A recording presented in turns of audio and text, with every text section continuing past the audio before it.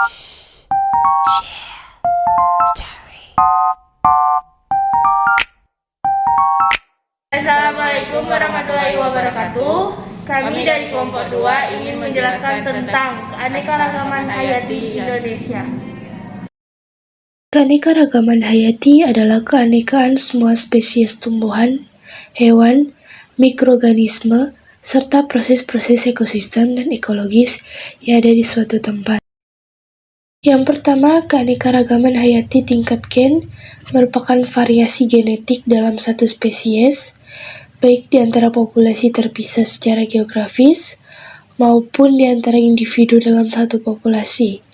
Yang kedua, keanekaragaman hayati tingkat jenis atau spesies ini menunjukkan keanekaragaman atau variasi yang terdapat pada berbagai jenis atau spesies makhluk hidup dalam genus yang sama atau familia yang sama. Yang ketiga, keanekaragaman hayati tingkat ekosistem adalah keanekaragaman habitat, komunitas, biotik, dan proses ekologi di biosfer atau daratan atau lautan. Yang pertama, contoh tingkat spesies adalah kelapa aren, pindang, kucing harimau, singa, dan cheetah. Yang kedua, contoh tingkat ekosistem. Yang pertama, ekosistem rawa bakau, ekosistem hutan rawa air tawar dan danau,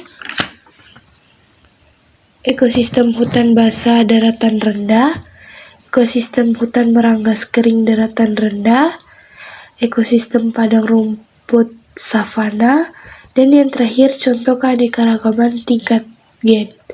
Yang pertama, tanaman bunga mawar putih, bunga mawar merah, dan bunga mawar kuning. Keanekaragaman hayati di Indonesia tergolong tinggi karena lokasi Indonesia merupakan perpaduan antara daerah Asia dan Australia, yang menyebabkan Indonesia memiliki flora dan fauna yang khas.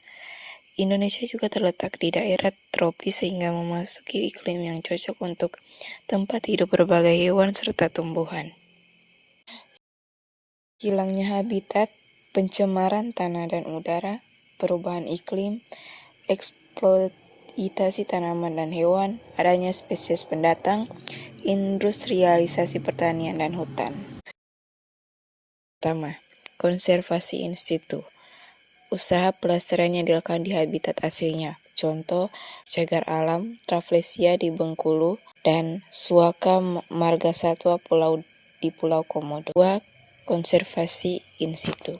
Usaha pelestarian yang dilakukan di luar habitat aslinya. Contohnya, Taman Safari Puncak dan Kebun Raya Bogor. Cagar biosfer.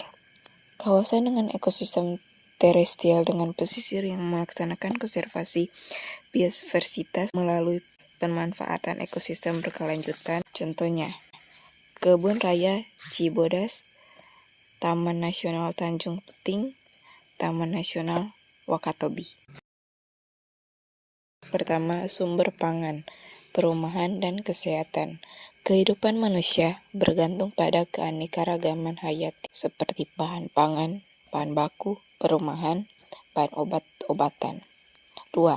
Sumber plasma nutfah. Hewan, tumbuhan, dan mikroorganisme harus tetap dijaga kelestariannya sebagai sumber plasma nutfah.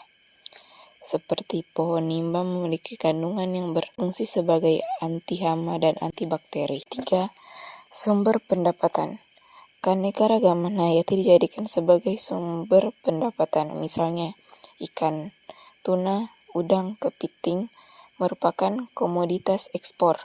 4. Manfaat ekologi. Keanekaragaman hayati mempertahankan keseimbangan ekosistem. Setiap organisme memiliki peranan di dalam ekosistem. 5. Manfaat keilmuan dan keindahan. Keilmuan, lahan penelitian dan pengembangan ilmu untuk kehidupan manusia. Sedangkan keindahan, penggunaan tanaman sebagai tanaman hias. Sekian penjelasan dari kami. Wassalamualaikum warahmatullahi wabarakatuh.